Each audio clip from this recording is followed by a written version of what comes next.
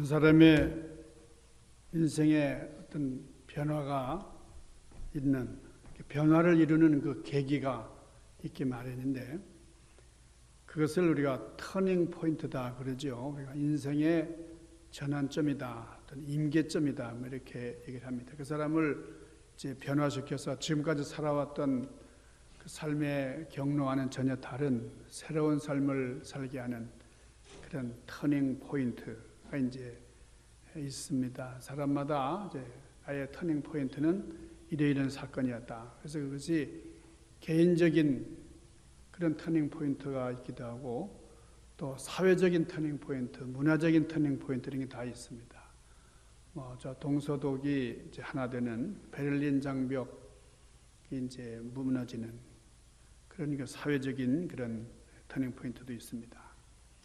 그 자동차 왕, 그러면 우리가 헨리 포드를 얘기하잖아요. 자동차를 이렇게 처음으로 이제 만든 사람 헨리 포드가 어릴 때에 어머님이 아주 위독한 병에 걸려가지고 의사를 청하러 가는데, 이제 말을 타고 의사를 모시러 가는데 아무리 빨리 채찍질하면서 달려도 뒷걸음질하는 그런 마음이에요.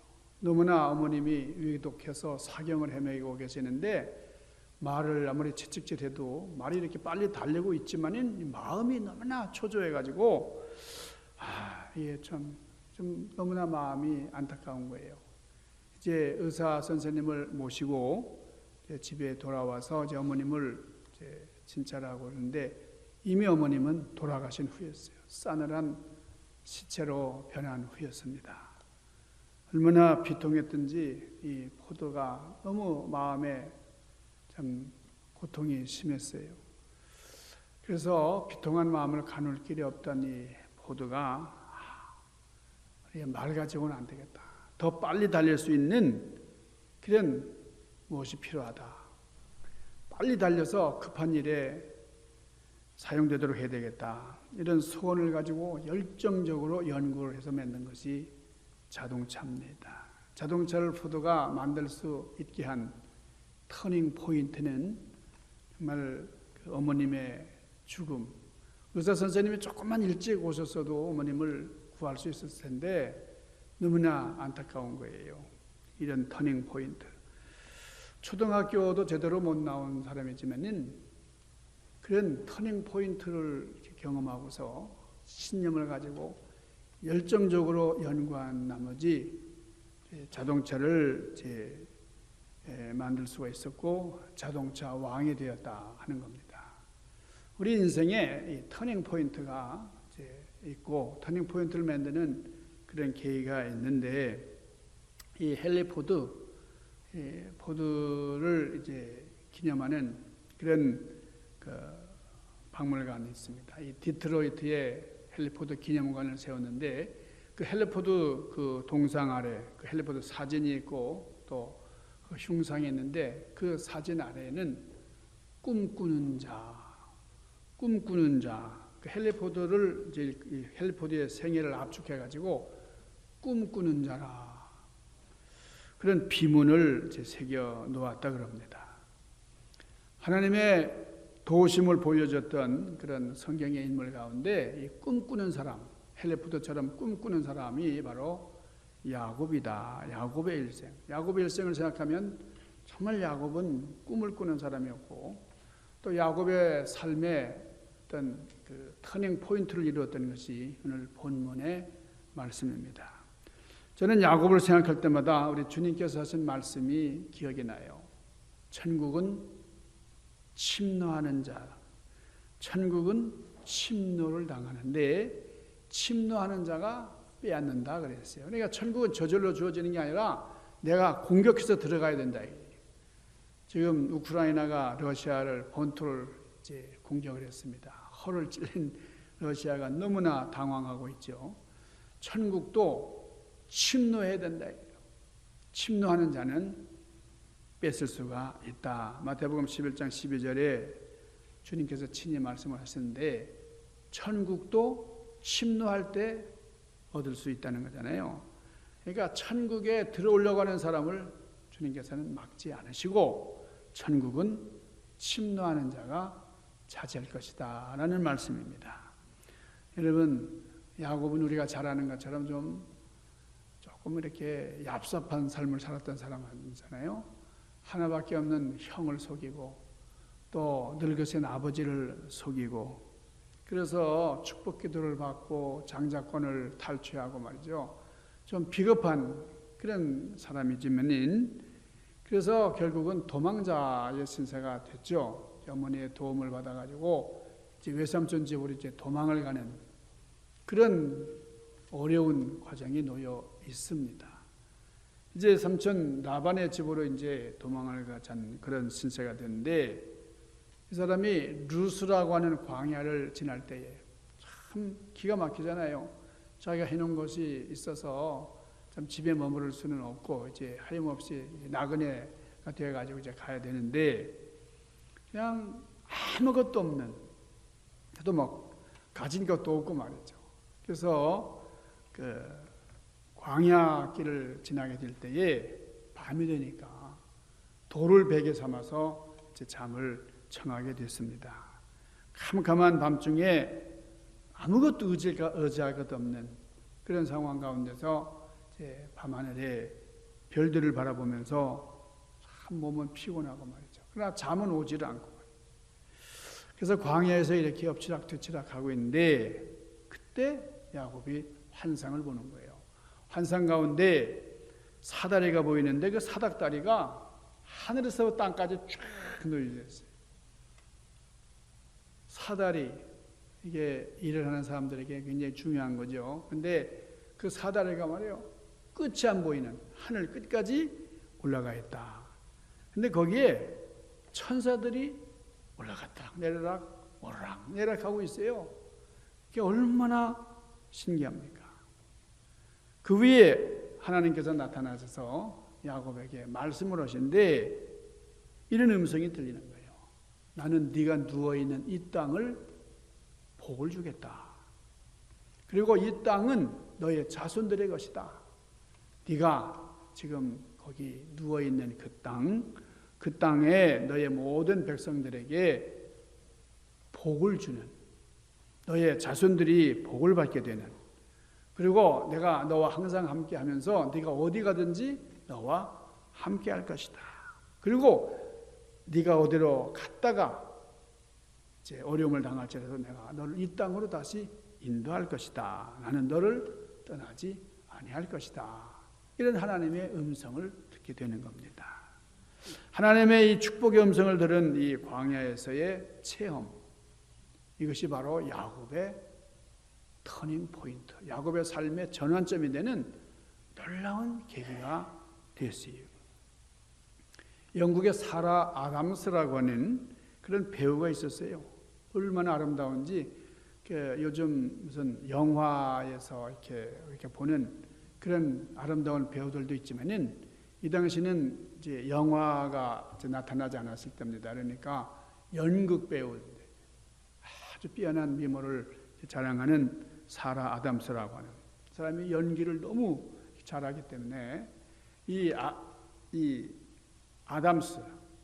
사라 아담스가 이제 공연하는 그 연극은 그냥 아주 발디딜 틈 없이 언제든지 매진이 되는 거예요. 너무나 예뻤고 연기력이 출중했기 때문에. 그런데 이 사람이 어느 날 맥베드라고 하는 셰익스피어의 희곡을 이제 연기하다가 그만 거기서 쓰러졌어요. 무대에서 쓰러지고 말았어요. 그러니까 사람들이 많이 놀라잖아요. 이제 쓰러졌는데 그냥 감기 혹은 무슨 간단히 지나가는 그런 과로로 인한 증상인 줄 알고 그냥 병원에 그저 갔더니 그 병원에서 폐결핵이라고 해요. 폐결핵. 여러분, 폐결핵이라는 게 참 무서운 병이었어요. 지금 많이 이렇게 치료도 되고 하지만은 그 옛날 그 당시에는 굉장히 무서운 병입니다. 그러니까 그냥 하늘이 무너지는 것 같잖아요. 지금까지 누려왔던 명성이나 인기 이런 게 한순간에 다 날아가고, 그게 무슨 소용이 있어요? 건강을 잃으면. 그러니까 눈이 깜깜해지는 겁니다. 충격을 받고서 이제 연기를 다 그만두고 집에서 이렇게 쉬면서 그냥 성경을 읽는 거예요. 기도를 하는 거예요. 이전에 갖지 못했던, 이전에 가졌다가 다 잃어버렸던 그런 신앙을 다시 회복하면서 이제 말씀을 깊이 이제 묵상을 하는데, 그러다가 창세기 28장을 이제 읽게 됐어요. 그러다가 오늘 이 야곱이 하나님을 만나는 그 하늘 끝까지 닿은 사닥다리에서 천사들이 오락내락하는 가운데 하나님께서 하늘에서 야곱에게 음성을 들려주시는 이 장면을 묵상하다가 마음에 엠파티가 일어난 거예요. 감정이입이 생긴 거예요. 그래서 너무나 은혜 받은 거예요. 그러면서 이 사람이 은혜를 받고 그냥 글을 써 내려가는데, 그때 지은 찬송이 내 주를 가까이 하게 하면 십자가 짐 같은 고생이나 내 일생 소원은 늘 찬송하면서 주께 더 나가기 원합니다. 내 고생하는 것이 무엇과 같아요? 내 고생하는 것, 옛 야곱이 돌베개 베고 자는 것 같습니다. 꿈에도 소원이 늘 찬송하면서 주께 더 나가기를 원합니다. 이 사라 아담스의 마음속에 깊은 그런 신앙의 물결이 밀려오면서 아주 은혜로운 찬송을 짓게 됐어요. 내가 너를 떠나지 아니하리라. 이 말씀, 하나님의 음성을, 성경 말씀을 읽다가 이제 듣게 된 이 아담스. 우리 늘 애송하는, 늘 애창하는 그런 찬송이죠. 우리가 이따가 함께 찬송하겠습니다만은 이 찬송과 관련된 그런 에피소드들이 이제 있어요. 특별히 1912년 4월 14일 주일 저녁에 일어났던, 여러분 그 타이타닉호라고 하는 대서양 한가운데서 침몰한 그 배를 아시죠? 영국에서 이제 그 출발한 이 타이타닉호, 이게 어마어마하게, 그 당시로서는 어마어마하게 이제 크게 만들어진, 아주 호화롭게 만들어진, 그래서 신도 침몰을 시킬 수 없는 배다, 뭐 이런 별명이 이제 붙었다는 거 아니에요? 신도 침몰시킬 수 없는 배, 어떤 폭풍이나 어떤 태풍이 와도 이제 침몰되지 않는 배다, 뭐 그렇게 별명이 붙은 배입니다. 그런데 완전에 가깝게 그냥 완벽하게 이렇게 제작한 배지만은 여러분 그 빙산에 탁 이렇게 부닥치니까 말이에요, 여지없이 침몰하고 말았어요. 2시간 30분 만에 이 타이타닉호가 가라앉고 말았습니다. 그때 2,340명이 탑승했다는 거잖아요. 거기서 이제 구원받은 사람이 711명만 이제 목숨을 건졌어요. 이때 침몰하는 이 배의 갑판에서 구명정에 타지 못해서 희망을 잃은 승객들, 이 아주 절망이잖아요. 구명정 보트도 모자라고 이제 그저 거기서 이제 죽음을 맞게 되는데, 그때 영국 감리교회의 독실한 신자, 여러분이 잘 아시죠? 하틀레라는 사람. 이 하틀레라는 사람이 그 영국 감리교회에서 이제 그 성가대에서 악장을 했습니다. 음악을 이제 연주하는 이제 그런 이 하틀레가 내 주를 가까이 인 찬송가를 연주하기 시작했어요. 그랬더니 같이 그 밴드 주자들, 그 음악 밴드 주자들 7명이 따라서 같이 연주를 하는 거예요. 점점 사람들이 그 찬송 소리를 듣고 몰려듭니다. 같이 노래를 하는 거예요. 이 연주하는 이 악단을 따라서 모든 사람들이 내 주를 가까이 하게, 지금 그냥 바닷물이 넘실거리면서 그냥 막 배는 깔아앉고 있는데 정말 요동하지 않고 거기서 찬송을 부르면서 마지막을 이제 맞았다는 거죠. 숨질 때 되도록 늘 찬송하면서 주께 더 나가기 원합니다. 엄숙하게 죽음을 맞았다고 하는 겁니다. 야곱이 언제든지 하나님께서 나를 돕고 있다, 하나님이 나와 함께 하시다, 함께 하고 계시다고 하는 것을 체험한 다음에 그 인생 그 전환점을 이제 이룬 이런 야곱의 삶처럼 말이죠. 여러분, 야곱은 어떻게 이런 체험을 할 수가 있었을까요? 어떤 이런 인생 터닝 포인트를 맞게 되었을까요? 첫째로 보면은 이 야곱은 하나님을 나의 하나님으로 삼은 겁니다. 하나님은 모든 사람들의 하나님이시지만 특별히 나의 하나님으로 만든 거예요. 하나님을 나의 하나님으로 만들기 위해서 하나님을 부단히 성가시게 만든 사람이에요. 여러분, 우리가 하나님을 좀 성가시게 만드는 이것이 신앙생활입니다. 하나님 좀 편하게 놔둬야지, 좀 쉬시게 놔둬야지.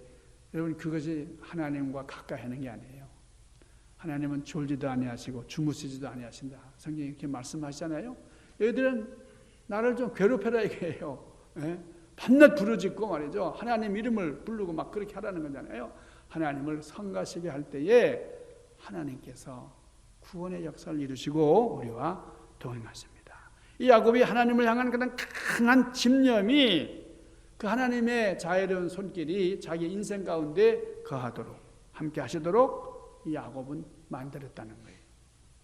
여러분, 팥죽으로 장자권을 빼앗는 그 비겁한 일, 아버지를 속여서 축복기들을 이제 뺏은 것, 야복강가에서 좀 씨름할 때에 천사가 이 야곱의 환도뼈를 부러뜨릴 정도로 급하게 그냥 난 빨리 가야 된다고 막 그랬는데도 끝까지 그 천사를 놓지 않고 나에게 복을 주소서, 복을 주소서 끝까지 천사와 씨름했던 이 야곱의 집념, 그 끈질긴 정성이 하나님의 도우심을 야곱의 것으로 만든 원동력이 되었다는 거예요.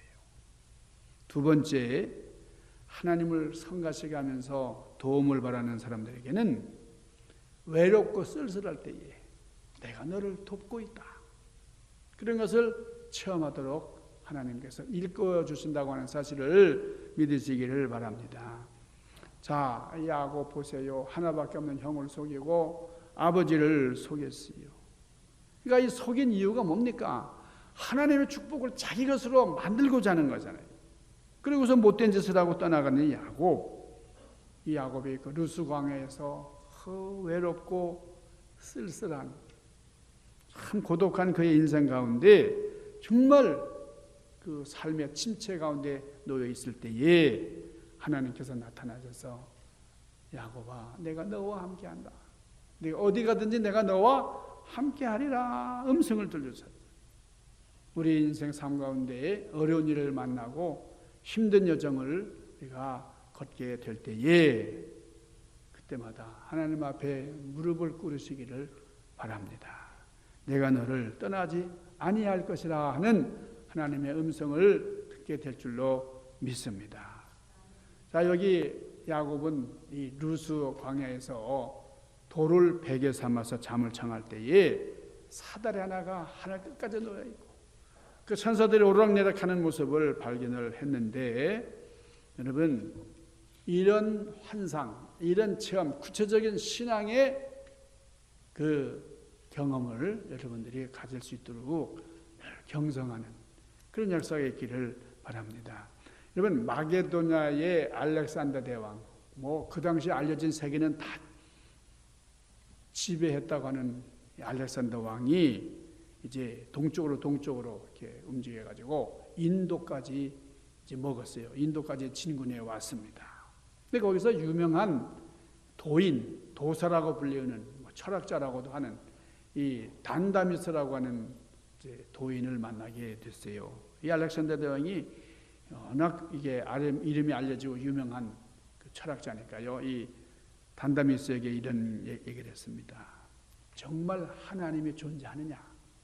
정말 이 땅 위에 신이 존재하는 것이냐? 나는 세계를 제패한 왕이지만은 하나님의 존재에 대해서 참 궁금하다. 하나님이 존재하는지 나에게 한번 얘기 좀 해보라고 말이에요. 그랬더니 이 단다미스가 아무 말도 하지 않고 나를 따라오시죠. 폐하, 나를 따라오시죠. 그리고선 이 알렉산더 대왕을 얇은 벌판으로 인도했어요. 그 들판에 가니까 그 아이들이 연을 날리고 있습니다. 여러분, 연을 날려보신 경험이 있으신지 모르겠는데요. 연을 날리고 있는데 한 아이 연을 보니까 아주 높이 연이 올라가 있는 거예요. 가득하게. 그러니까 이게 구름이 이제 껴 있고 이렇게 하니까요. 그 연 끝이 보이질 않아요.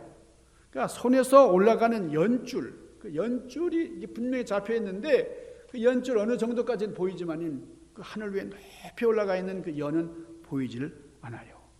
이 단다미스가 그 어린아이에게 야, 너 정말 연을 날리고 있는 거냐? 그랬더니 이 아이가 하는 말이 아니 이거 무슨 말 하는 거예요? 이 연줄이 안 보이세요? 안 보이세요? 그래 그 연을 나는 볼 수가 없는데 그 연줄을 한번 내가 당겨볼까? 군만을 말고 이리 와보세요. 이 연줄 한번 당겨보세요. 연줄 딱 당겨 보니까 팽팽하게 연줄이 하늘로 이제 올라가 있는 거예요. 푸른 창공에 내 연이 올라가 있지만은 이게 보이지 않는 거예요. 너무 높이 올라가 있기 때문에.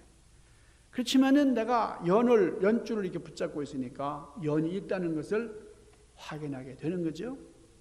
그러니까 와서 한번 잡아 당겨 보세요. 잡아 당겨 보세요. 그 같이 잡아 당겨 보니까 팽팽한. 그때에 알렉산더 대왕이 그 뜻이 뭐냐? 아, 그렇구나. 그러니까 연이 분명히 없는 게 아니야. 안 보인다고 해서 연이 없는 게 아니다. 알렉산더 대왕이 고개를 끄덕끄덕하면서 이제 뒤를 돌아서서 갔어요. 그때 이 단다메스가 대왕이요, 가지 마소서. 당신이 직접 이 연줄을 잡아서 당겨 보세요.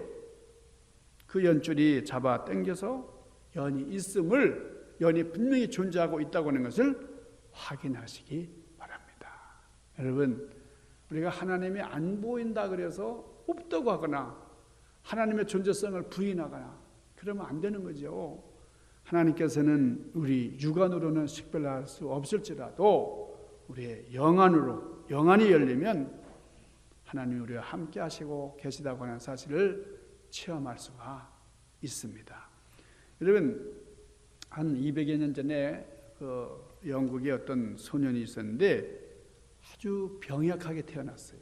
태어날 때부터 아주 정말 허약하게 태어나가지고 발육이 제대로 되질 않았습니다. 그러니까 그 또래 아이들보다 훨씬 약하고 아주 참 왜소한 그런 체격이에요. 조그만 키에 꾸부정하고 정말 불구로 이렇게 살 수밖에 없는 그런 아이입니다. 친구들이 이제 뛰어노는 것을 보면서 아, 나는 왜 저렇게 놀 수가 없나? 왜 저렇게 뛸 수가 없나? 나도 신나게 쟤네들처럼 운동장을 달려보았으면 그런 소망이 이 아이에게 늘 있었어요. 그렇지만 몸은 불구고 장애인이고요. 발육이 되질 않고 그러기 때문에 마음대로 뛸 수가 없어요. 그래서 그냥 늘 이렇게 힘들고 좀 우울증 증세가 늘 있었던 거예요. 그러니까 뭐 미래에 대한 소망도 없고 말이죠. 그러다가 이 아이가 내가 하나님 앞에서 영혼을 건지는 그런 목회를 해야 되겠다. 그러고서 신학교로 갔습니다. 신학교 가가지고 목사가 되었어요. 목사가 돼가지고 이제 교회 파송을 받고 목회를 하는데 이런 목회가 이제 일반적으로 생각할 때 어떤 경우에는 그냥 참 이렇게 뭐 육체적인 노동도 하지 않고 그냥 굉장히 쉬운 것 같지만 이 소년이 생각했던 그런 게 아니에요. 너무너무 힘든 거예요. 정신적으로 그리고 육체적으로 영적으로 이게 참 간단한 일이 아니잖아요. 그래서 이제 많은 에너지를 소요해야 되고 또 정말 큰 부담이 오는 겁니다. 그래서 목회도 안 되고 그래서 상당히 절망에 놓였어요. 그때에 이 소년이 방바닥에 이제는 어른이 됐죠. 넙죽 엎드려 가지고 기도를 했어요. 하나님, 왜 나는 다른 사람들 같이 태어나지를 못했고 왜 저 사람들처럼 살 수가 없습니까?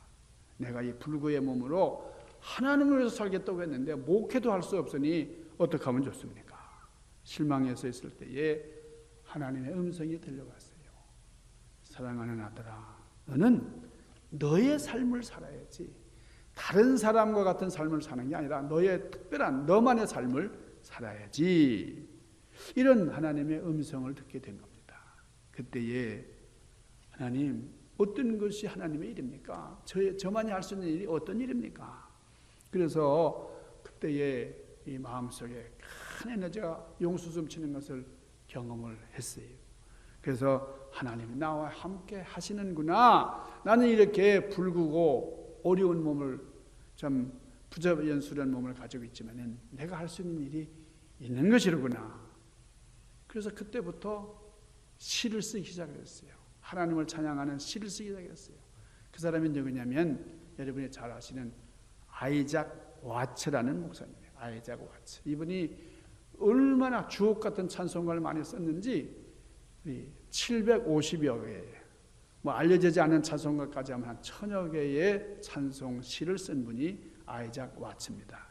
이런 우리 한국 찬송가에도 들어있는 기쁘다 구주 오셨, 이게 이 목사님의 찬송이에요. 주 달려 죽은 십자가, 이 아이작 와츠 목사님의 작품입니다. 십자가 군병되어서, 이 아이작 와츠의 찬송, 이 주옥 같은 찬송들이 너무너무 많아요. 이분이 이런 찬송했어요. 웬 말인가 날 위하여 주 돌아가셨나, 이 벌레 같은 날 위해. 여러분, 이 찬송을 이제 아이작 목사님이 칠 때요, 자기를 벌레로 생각했어요. 나는 벌레와 같은, 다른 사람하고 비교도 할 수 없는 이렇게 추하고 약하고 우부정한, 정말 불완전한, 제대로 발육이 안 된 이 벌레 같은 나를 사랑하신 그 하나님 앞에 영광을 돌리는 찬송이에요. 늘 울어도 눈물로서 못 갚을 줄 알아, 몸 밖에 드릴 것 없소, 이 몸 바칩니다. 여러분, 이 아이작 와츠 목사님은 자기 불구의 몸이 벌레와도 같다, 벌레와 다름이 없다. 그러나 내 삶 가운데 하나님이 나와 함께 하신다고 하는 이 사실을 글로 적게 될 때에 큰 에너지, 많은 사람들이 공감하는, 그리고 찬송을 부르면서 우리가 눈물 흘리면서 부르게 되는 겁니다. 이 몸밖에 드릴 것 없어 이 몸 바칩니다. 불구의 몸이요 쓸모없는 놈이지만은 하나님께서 저를 이렇게 귀하게 삼으셨기 까닭에 주여 이 몸 드립니다. 사랑하는 여러분, 어떤 상황에 놓일지라도, 아니 그 상황이 우리의 삶을 하나님께 더 가까이 하게 하는 터닝 포인트로 삼으시는 여러분이 되시기를 바랍니다. 그래서 꿈꾸는 사람, 야곱의 그 터닝 포인트처럼 하나님의 큰 축복을 경험하는 그런 여러분들 되시기를 주님의 이름으로 간절히 축원합니다. 기도하십시다. 거룩하신 아버지, 우리의 삶이 힘들고 어려울지라도 주님과 함께하는, 주님께 가까이 가는 그런 터닝 포인트로 삼는 놀랍고 또 지혜로운 현명한 우리 인생 삶의 주인공들이 되도록 인도하여 주시옵소서. 예수님 귀하신 이름으로 간절히 구하옵나이다. 아멘.